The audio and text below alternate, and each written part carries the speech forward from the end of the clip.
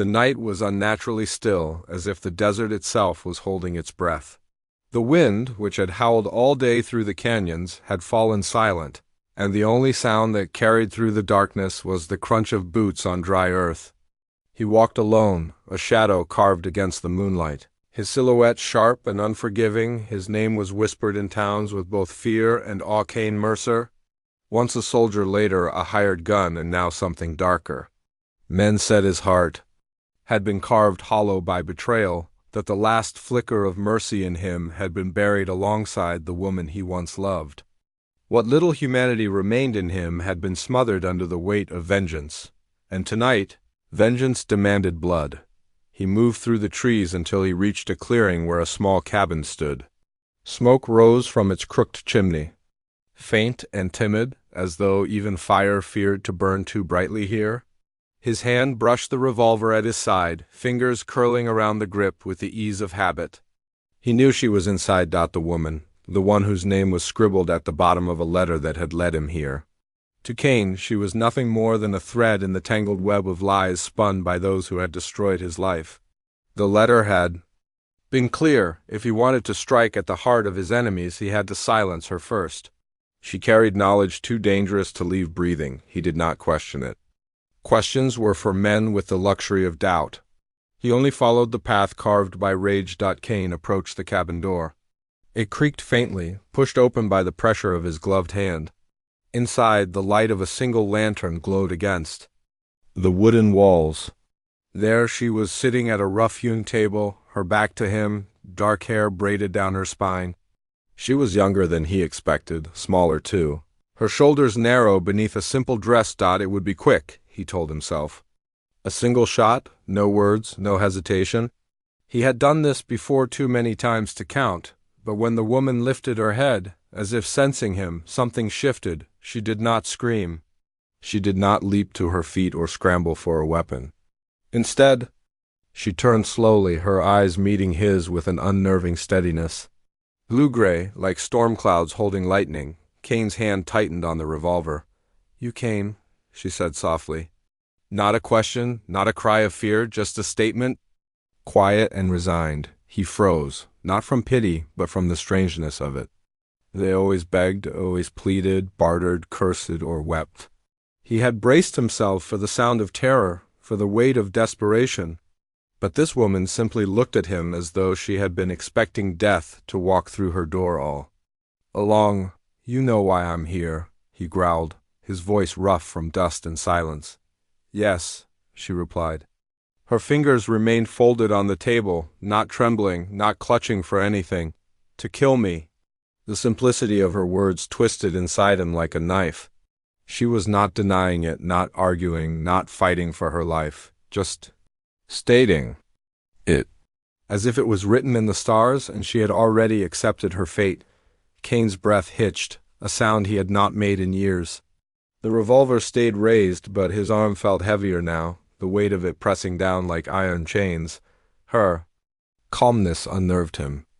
It was not bravery, nor was it madness. It was something deeper, something that whispered of truths he did not yet know. And for the first time in a long time, Kane Mercer hesitated. Kane Mercer had learned long ago that silence was often the most dangerous sound of all. He'd faced men who screamed, who cursed his name as they fell. Women who begged and bartered with promises of gold or tears that meant nothing to him. But this woman? This one gave him nothing. She sat there, still as the wooden chair beneath her, eyes locked on his as though she could read the storm raging behind them. The revolver in his hand gleamed under the lantern's light, inches from sealing her fate, yet she showed no sign of fear, no tremor in her voice, no shake in her body, not even a glance toward escape. The silence unnerved him. "You're not going to beg?" Kane asked, his tone low, a growl rumbling in his chest. Her head tilted ever so slightly, a motion filled with quiet dignity. "Would it change your mind?" Her words struck harder than any blade. Kane had heard thousands of voices over the years, and most of them bled desperation. This woman's voice, however, carried none. It was steady, level, as if she had already measured her life against the weight of death and found no reason to flinch. Kane's grip on the revolver tightened, his knuckles whitening. He wanted to believe she was playing a trick, that this was some act to unravel him. Yet the longer he looked into her eyes, the more he realized she wasn't pretending. She had already accepted death. "Maybe I just want to hear it," Kane said, trying to shake her calm. The woman's lips curved, not quite a smile, not quite sorrow. "Then you'll be disappointed." Kane's jaw clenched. A rush of frustration burned through him, not because she defied him, but because she stripped away the power he always wielded. Begging gave him control, fear fed his cause, but this woman who sat unmoving beneath the barrel of his gun, she offered him no leverage. "You don't even know me," he snapped. "Don't you care about your life?" For a moment her gaze softened and she let out a breath that was almost a sigh. "Of course I do. But my life stopped being mine the day they took everything from me. If you've come to finish it, then all you'll do is close a book that was already written." Her words carried the weight of something deeper, a history Kane didn't yet understand. He shifted his stance, caught between fury and a strange pull he couldn't name. There was something hauntingly familiar about the way she spoke, like someone who had walked through fire and come out the other side, scarred but unbroken. For the first time, Kane found himself studying her instead of the gun. Her hands, folded neatly on the table, bore faint scars. Her dress, though plain, was patched in places, worn from work. She wasn't fragile, not in the way people usually were under his shadow. She was a survivor. And survivors, he knew, were dangerous. "Tell me your name," he demanded, though the words felt strange in his mouth. He hadn't asked a name in years. Her eyes lingered on him, as though deciding whether he deserved the truth. Then she spoke, quiet and unwavering. "Ilara." The name hung in the air between them, soft but sharp, like a blade hidden in silk. Kane didn't know why it mattered, but it did. Names made people real. Names made killing harder. Silence. Stretched again, heavier now, filled with the ghost of everything unspoken. Kane's revolver was still pointed at her chest, yet for reasons he couldn't explain, his finger refused to squeeze the trigger. Ilara leaned forward slightly, her voice lowering, steady as a prayer. "If you're going to kill me, then do it. But don't expect me to beg. I've spent enough of my life on my knees." Her words were not a plea, they were a challenge. And Kane Mercer, the man who had never once faltered in the face of death, felt his resolve fracture for the first time. The silence between them was no longer empty. It was the beginning of something neither of them could yet name. Kane Mercer had stood with a gun aimed at more men and women than he could count. The act was mechanical by now, the weight of the revolver, the slow breath before the squeeze of the trigger, the brief silence before the thunder cracked. He had perfected it into something cold and efficient. But this time was different. The woman's name. Ilara still lingered in the air between them, echoing like a bell he couldn't unhear. He tried to steady his hand, to remind himself that she was only another loose end to be tied, another piece in a game he neither designed nor cared to understand. Yet her silence, her calm, and now her words unsettled him. "Do it," she had said. "But don't expect me to beg." Kane's jaw tightened. His finger hovered dangerously close to the trigger. A single pull, and all of this, the tension, the quiet war brewing inside him, would end. And then she spoke again. "You're just like them, aren't you?" Her voice wasn't accusatory, but heavy, a truth wrapped in sorrow. Kane's brow furrowed. "Like who?" "The men who came before. The ones who burned my village, who left the ashes of my family in the wind. They didn't look at us as people. We were obstacles, things to be erased. And now here you stand, ready to do the same." Her words cut through him like shards of glass. He had told himself for years that his killings were justified, that every man or woman who fell beneath his gun deserved it, that they were liars, traitors, thieves.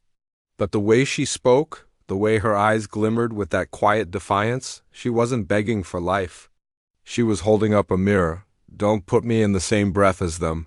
Kane snapped, his voice rough, though it carried a hint of something else, something uncertain. Ilara didn't flinch. "Then prove it." Her challenge hung in the room like a blade suspended by a thread. Kane hated that his chest tightened at her words. He hated that some part of him buried deep, locked behind years of bloodshed and rage, recognized the truth in them. He had become like those he despised, a weapon wielded by others, too blind to question whose hand held the leash. His grip faltered. "I don't need to prove anything to you," Cain growled, though the words sounded hollow even to himself. Alara's gaze softened, not with pity but with understanding, as if she could see the fractures in him. "Maybe not to me, but to yourself? You've been carrying ghosts for so long that you can't even tell if they're leading you forward or dragging you into the grave with them." Her words struck deeper than bullets. Cain felt heat rise in his chest, not anger, not shame, something tangled between the two. For years he had drowned the voice inside him with gunfire, silenced it beneath whiskey and blood. But Alara's voice, it reached places inside him he thought had long since turned to stone. "Why?" he asked suddenly, his voice low, almost desperate. "Why aren't you afraid?" Alara's eyes glistened faintly in the lantern light. "Because I've already lost everything that mattered. Death doesn't scare me anymore. Living without meaning, that's the true terror." Cain's breath hitched. He had heard many final words in his life, pleas, curses, prayers, but none like this. Words that didn't beg, didn't condemn. Words that challenged him to look into the abyss he had been carrying all along. The revolver in his hand felt heavier than it ever had before. His arm ached under the weight of it, and for the first time, Cain realized it wasn't the gun itself that burdened him. It was the choice. Her words had stopped the blade, stilled the hand that had never once trembled. For a long, suffocating moment, silence filled the cabin.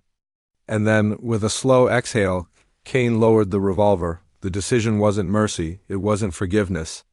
It was confusion, raw and unsettling. But it was enough. Cain Mercer, the man who never hesitated, had chosen not to kill, and with that single act, Alara's words had begun to unravel his destiny and weave hers into it. The revolver hung loosely at Cain's side, its weight no longer balanced by certainty. He had lowered the weapon, but his chest still burned with the fire of indecision. It wasn't mercy that stayed his hand. He didn't even know if he had mercy left in him. It was something else, something Alara had said, or maybe the way she had said it, that made the trigger feel like a cliff he couldn't step off. She didn't move. She didn't thank him. She didn't sigh in relief. She simply kept her eyes on him, steady and unwavering, as though she had known he wouldn't fire. That unsettled him most of all. "You think this means anything?" Cain asked, his voice harsher than intended. "That I don't put a bullet in you tonight. Don't mistake hesitation for kindness." Alara tilted her head slightly, her braid sliding over her shoulder. "I never thought you were kind." "But hesitation," she paused, her gaze sharpening. "That means you're still human." Her words struck him like a hammer blow. Cain wanted to scoff, to bark out a laugh and prove her wrong. He had killed too many, shed too much blood to believe there was anything left in him resembling humanity. But the revolver at his side told a different story. He should have walked away right then. He should have finished the job, left her body in the dirt, and moved on to the next name on the list that bound his life to vengeance. Yet his boots stayed rooted to the cabin floor. His chest felt heavy with a question he couldn't answer. Why had he spared her? Cain ran a hand across his jaw, rough with stubble, and glared at her as if she'd forced the hesitation upon him. "You don't know what you're talking about, don't I?" Alara asked quietly. "You came here to kill me. But if that was all you were, I'd be dead already." Something in you still listens, still questions. Cain's throat tightened. He hated the way her words worked under his skin, like needles finding the softest flesh. She was right. Against his will, he had listened. He had questioned, and he had spared her, but was that weakness? Or was it something more dangerous? Cain turned toward the door, needing distance from her voice, her eyes, the storm she stirred in his chest. But he didn't step through it.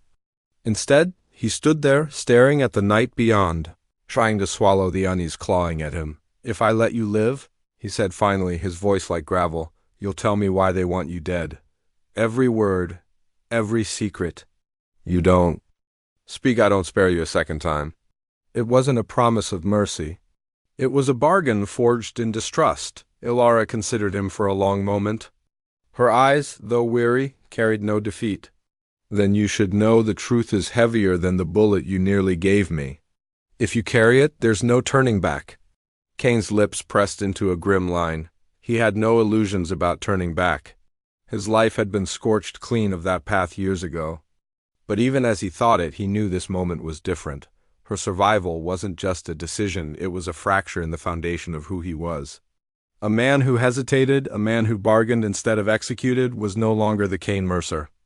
The world feared, and that terrified him. "Talk," Kane said, his voice sharp to hide the unease roiling within. Ilara nodded once, as though she had expected this outcome all along. She leaned back in her chair, her fingers tracing the grain of the wooden table, and began to speak, not with fear, but with the quiet conviction of someone who had held her truth in silence for too long. As her story began to unravel, Kane realized something with chilling clarity. This wasn't about sparing a woman's life. This was about mercy, the kind he had denied himself for years, and mercy he was beginning to understand could be more dangerous than vengeance. Kane leaned against the doorframe, revolver still in his hand, though no longer raised. He wanted to keep the weapon between them, not because he still meant to use it, but because without it, he feared how exposed he might feel. Ilara's eyes followed him, steady as ever.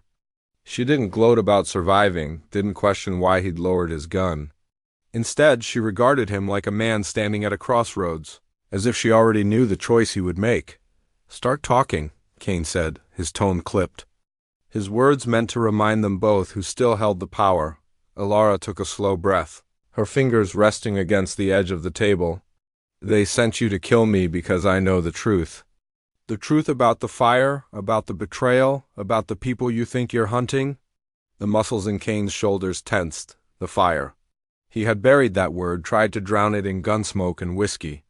The night everything he loved had turned to ash was the night Kane Mercer had died, and something else had taken his place. "Careful with your lies," Kane warned, his voice low and dangerous. "I have no reason to lie," Ilara replied softly. "If you'd pulled that trigger, my secrets would have died with me. But you didn't, and now you'll hear them whether you like it or not."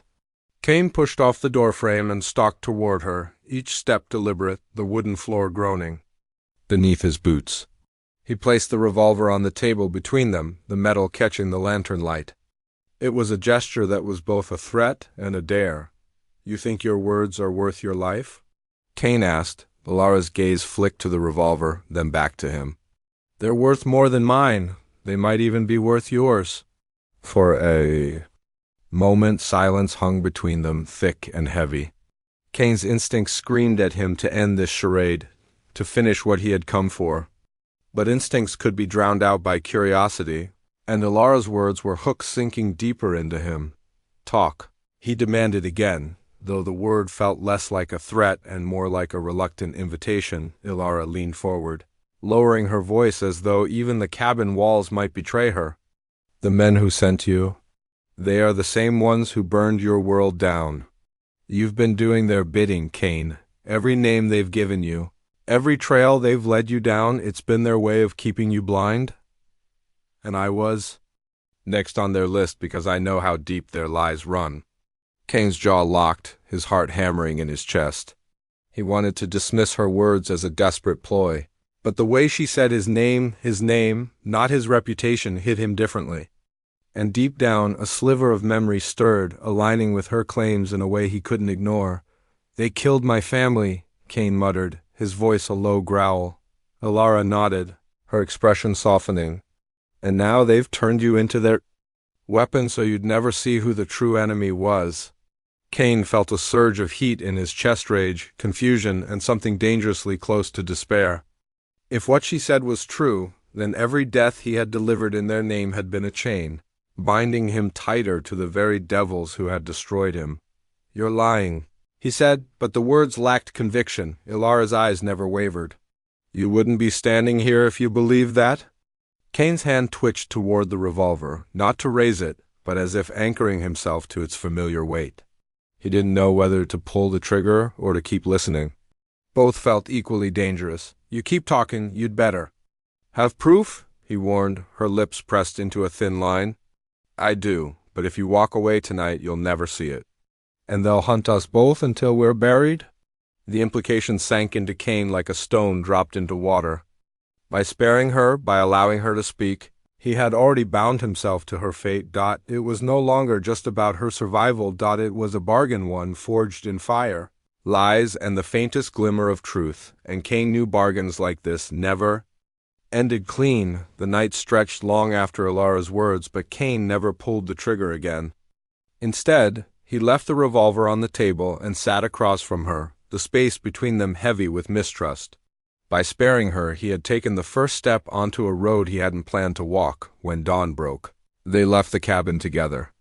Cain didn't ask if she trusted him, and Ilara didn't ask why he let her live. They both knew those questions had no answers yet. The land outside was rough, unforgiving.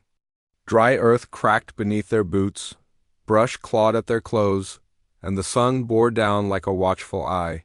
Cain kept his revolver close, always scanning the horizon, while Ilara walked with steady steps beside him. She didn't look like someone who had just survived an execution. She looked like someone who had been surviving all her life. At first, Cain tried to keep distance several paces ahead, silent, cold, but Ilara had a way of breaking silence without speaking. The way she carried herself, the quiet strength in her movements, gnawed at him. He couldn't stop noticing the scars along her forearms, faint but unmistakable. She caught him staring once, and instead of turning away, she said simply, "Not all wounds bleed on the outside." Cain had no reply. They camped by a creek that night, flames flickering low against the dark. Cain sharpened his knife, the scrape of metal steadying his nerves. Ilara sat across the fire, knees drawn up, speaking for the first time since morning. "You think I'm your burden," she said softly.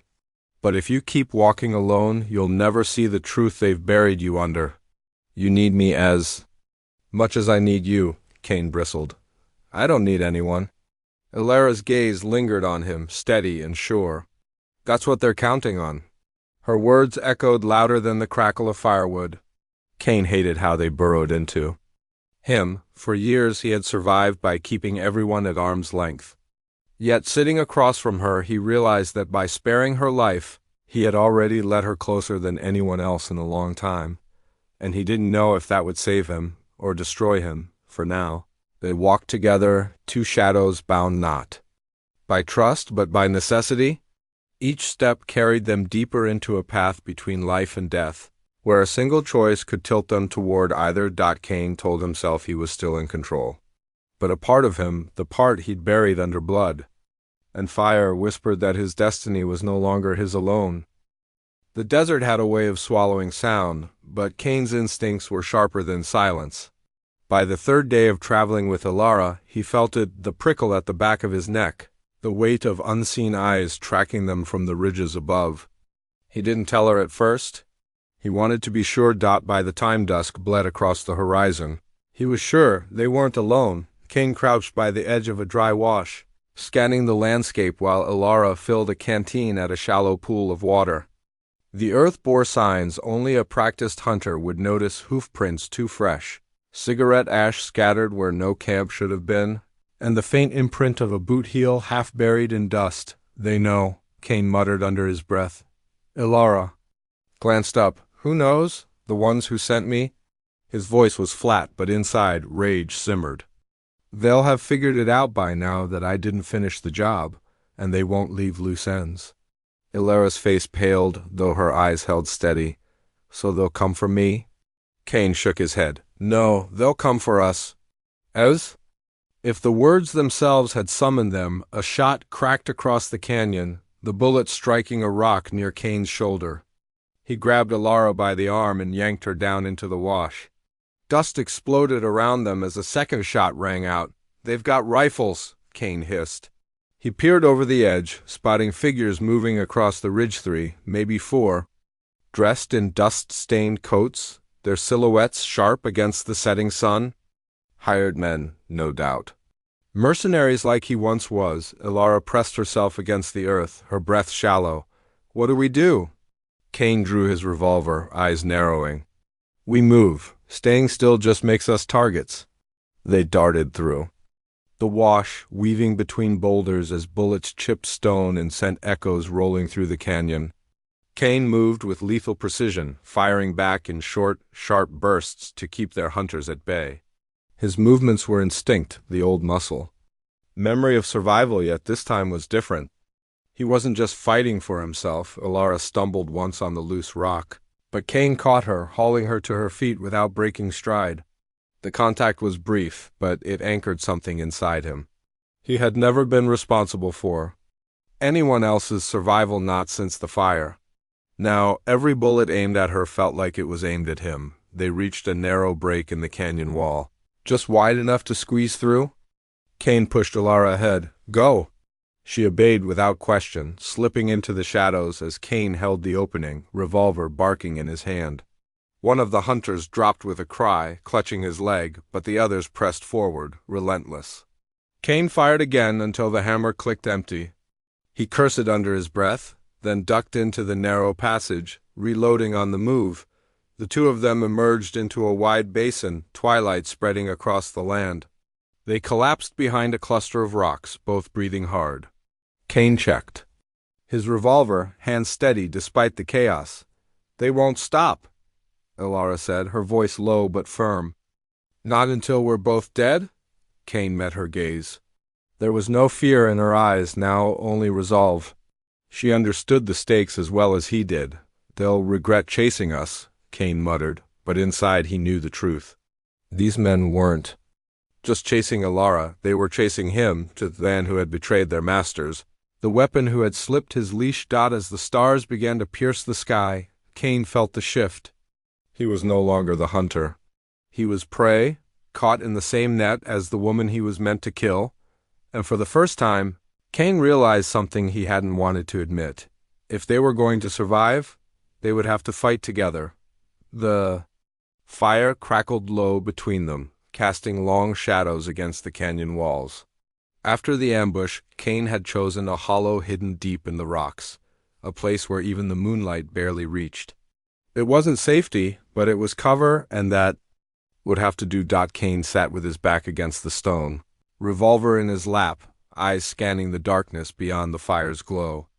Every nerve in him screamed to stay alert, but his thoughts kept circling back to the woman across the flames. Elar, a dot she hadn't broken during the chase.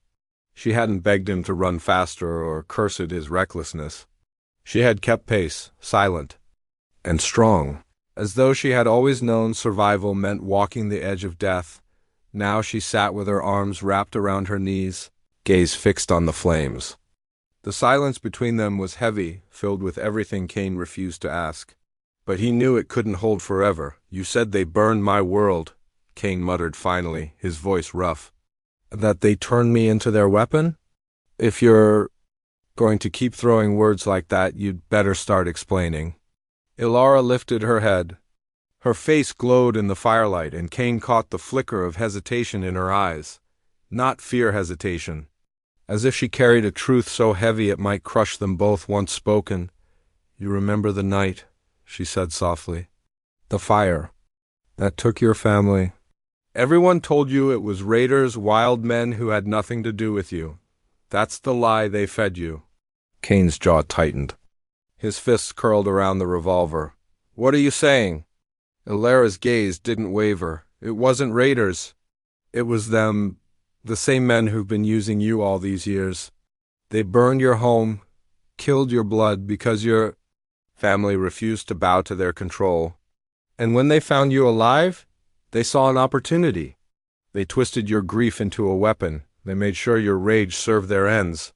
Her words struck like gunfire, each one tearing through the armor. Cain had built around his memories. He wanted to deny it, to spit in the dirt and call her a liar. But deep inside, cracks formed in the certainty he'd clung to for years. Images surged in his mind shadows, moving with precision, not chaos. Flames set in deliberate patterns, not random destruction.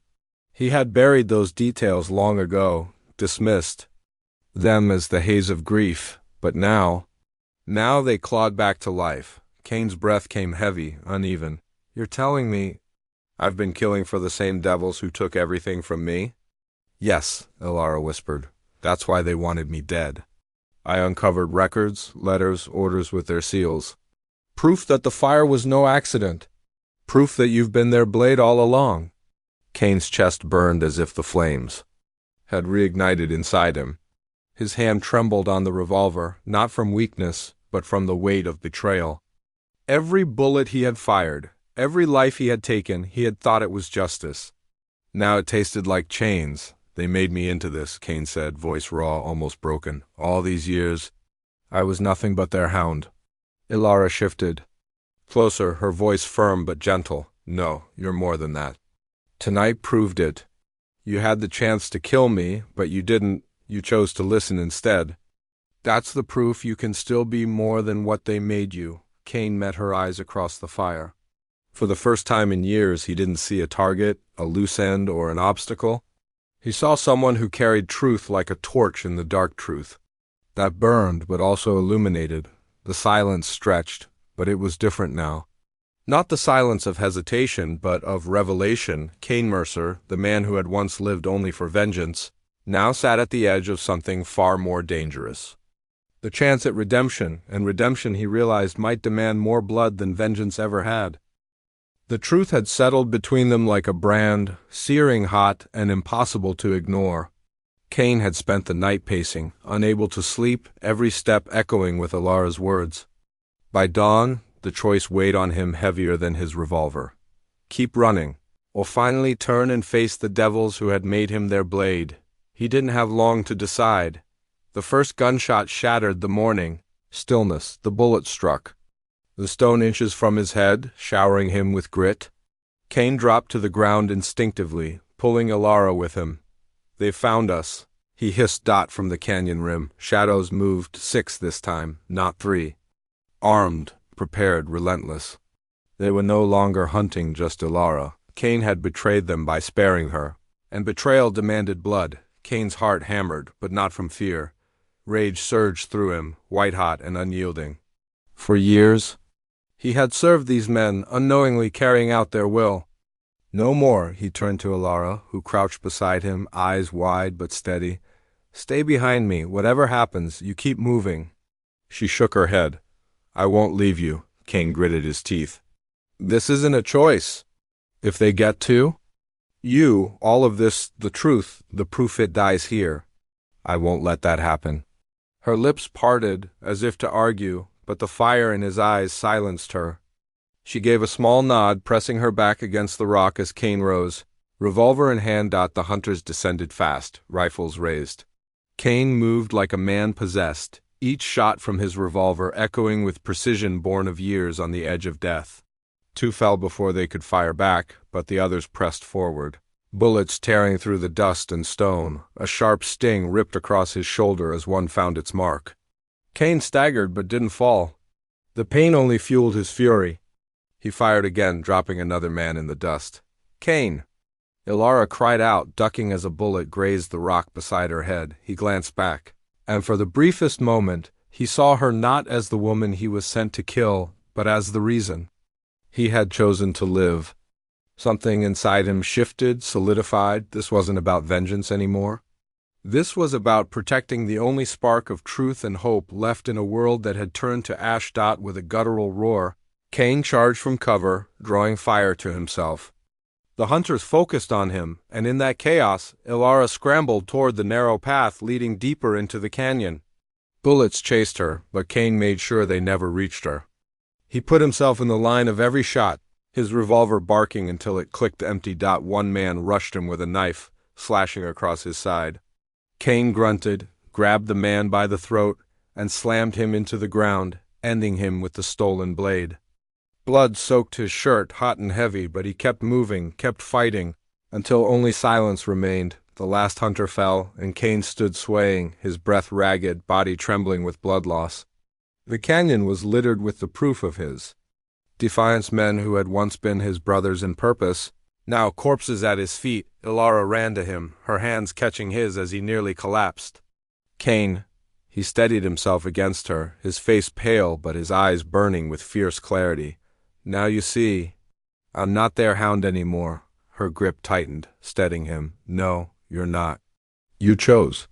For Kane, that choice was everything. He had laid down his life willingly to shield hers, and in that sacrifice, he felt something he hadn't in years: freedom. His vengeance had always been hollow, but this was purpose. As the sun climbed over the canyon rim, painting the sky in gold, Kane Mercer stood bloodied but unbroken. Redemption was no longer an idea. It was carved into his very flesh. The canyon lay in silence after the storm of violence, the dust settling over the bodies Kane had left behind.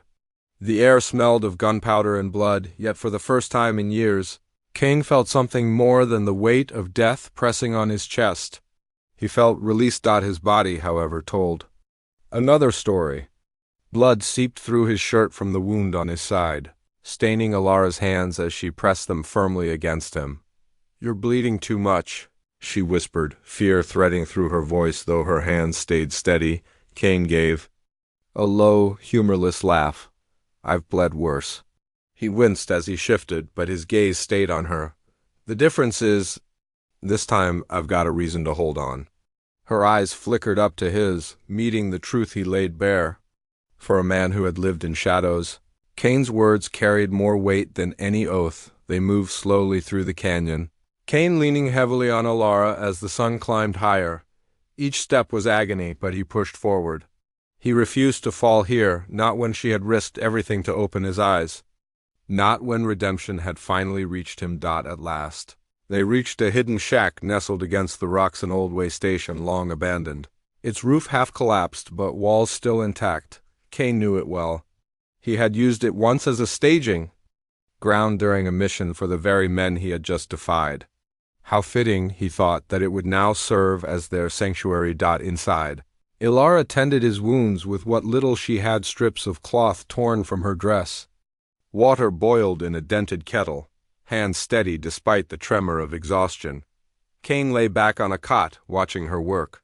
For years he had stared at ceilings alone, listening to nothing but the echo of his own sins. Now, the sight of her bent over him felt like proof that fate had not entirely forsaken him. When she finally sat back, wiping sweat from her brow, Kane broke the silence. "You saved me." Ilara shook her head. "You're the one who fought for me. You're the one who chose." Kane's lips curved faintly. "I spent years believing my life was over the night of that fire. I thought vengeance was the only thing left for me, but maybe I was wrong. Maybe what I've been waiting for wasn't death. Maybe it was this." Her voice softened. "Then what will you do now?" The question lingered heavy in the room. Kane turned it over, feeling its weight, knowing the answer mattered more than anything he had ever done. He pushed himself upright despite the pain, his hand closing gently over hers. "I'll burn it all down, not like they did. Not with fire and fear, with truth.